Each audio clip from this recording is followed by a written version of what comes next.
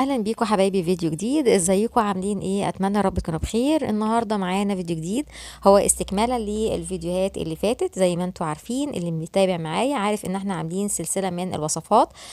عملنا وصفات تجهيزات في اول فيديو عشان نعرف ازاي نجهز حاجات تبقى توفر علينا الوقت والمجهود في المدارس. وعملنا الوصفه الاولانيه بتاعتنا كانت الكبده الاسكندراني، والنهارده هنعمل الوصفه التانية بتاعتنا، هي طاجن الباميه بالعكاوي.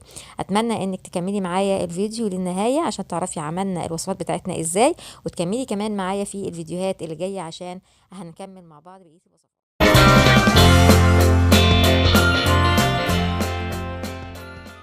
اول حاجة انا هجيب طبعا اللحمة اللي احنا كنا مفرزينها مع بعض، نطلعها كده من الكيس. دي طبعا اللحمة اللي احنا كنا سلقناها، شايفين انا مطلعاها من الفريزر. مجرد بس سبتها 10 دقايق كده على بال بس ما يعني جهزت للتصوير. كانت اللحمة بدأت تفك معايا بالشكل ده. هي طبعا لسه متجمدة بس بدأت على الأقل تفك من بعضها. طبعا العلبة التانية دي فيها الشوربة. تمام، اهي هطلعها لك كمان اهو. لسه الشوربة متجمدة زي ما هي. احنا هناخدهم الاتنين على البوتاجاز وهنشتغل فيهم على طول. انا حطيت ادي الشوربة اهي، وهحط عندي اللحمة. طبعا دي لحمة عكاوي زي ما انا قلت لكم، وهنسيبها بس مجرد 10 دقايق هتلاقيها على طول فكت معاكي بالشكل ده، بقى معاكي احلى شوربة. والعكاوي طبعا او اللحمة مستوية. تعالوا بقى نشتغل على طول في الباميه بتاعتنا. جبت عندي مكعبين من الزبده، حطيت عندي بصلايه كبيره مفرومه ناعم، هنزل عندي بحوالي فصين كده من الثوم متقطعين مش مبشورين. هحط عندي البهارات، مكعب مرقه، ملح، فلفل اسود، 7 بهارات، بابريكا، كمون، كزبره ناشفه، وهقلب كل الحاجات دي مع بعضها كده كويس. كمان هنزل عندي بيه شويه من الفلفل الالوان. وجربي الفلفل بقى الالوان مع الباميه. فاكرين بقى الفلفل الالوان برضو دايما بقولك اللي احنا كنا مفرزينه مع بعض، شيء بنستخدمه في كل حاجة اهو. بعد كده هنزل عندي باللحمة، هطلعها بقى من الشوربة بالشكل دوت. طبعا اللحمة عندي تعتبر مستوية، يعني هي مجرد بس ان احنا هناخد بقية تسوية كده بسيطة جدا مع البامية. قلبت كله مع بعضه. هحط عندي معلقتين كبار من الصلصة، هحط شوية سكر طبعا عشان حموضة الصلصة، وهقلب تاني مع بعضه كله. توم بقى يطلع الريحه بتاعته والبصل وكده. نزلت عندي بيه الباميه. الباميه عندي متفرزه، وكنت عملت لكم قبل كده طريقه تفريز الباميه في القناه، لو حابه انك ترجعي له هسيب لك اللينك بتاعه في صندوق الوصف. بعد كده نزلت عندي ب نص كيلو من الطماطم المعصوره. هنزل على طول بالشوربه كده معاها، وكده الاكله بتاعتنا تعتبر خلصت.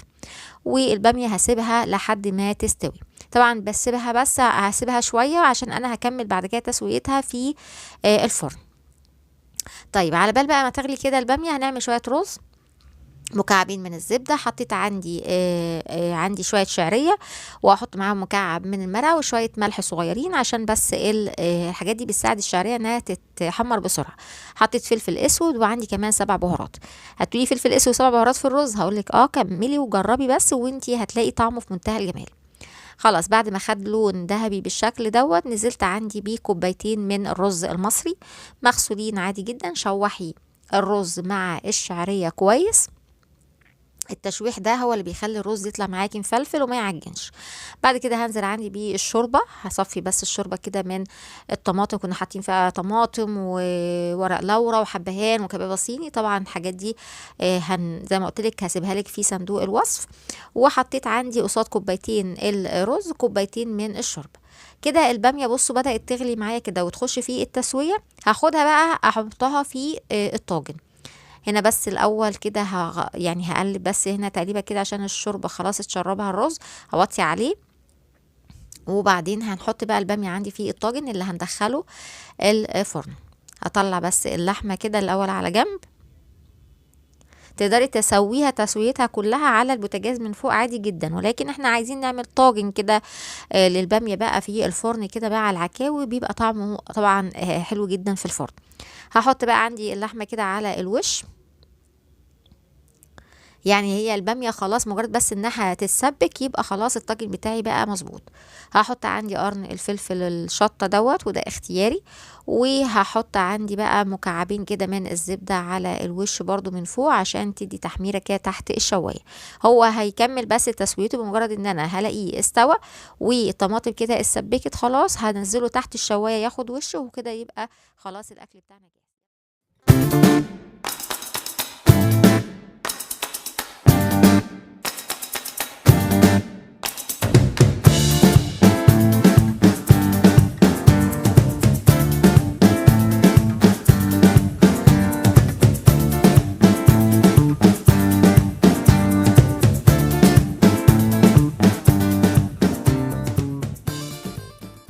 بس حبايبي تعالوا بقى نشوف البامية بتاعتنا الحلوة دي مع العكاوي بتاعتنا. بصي شايفين الصلصة بتاعتها والرز بتاعنا مفلفل وزي الفل، يعني وصفة في منتهى الجمال، جربيها تعجبك جدا.